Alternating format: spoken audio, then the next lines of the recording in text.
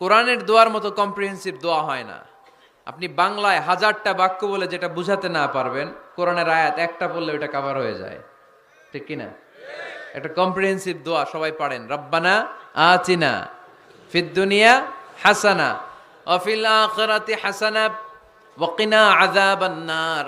আল্লাহ তুমি দুনিয়ার সব কল্যাণ দাও, আখিরাতেরও সব কল্যাণ দাও, আগুনের আযাব থেকে তুমি বাঁচিয়ে দাও।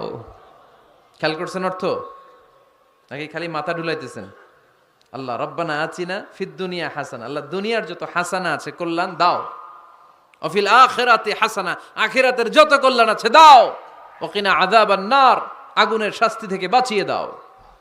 তা আপনি দুনিয়ার যা আছে ওইটাও নিলেন, আখিরাতে যা আছে ওইটাও নাকি নিবেন, তো বাকি রাখছেন কি? আপনি গাছেরটাও খাইবেন, তলারটাও কুড়াইবেন, সবই তো চাইলেন এই দোয়ায়। কোনো কিছু বাকি আছে এই দোয়ায়?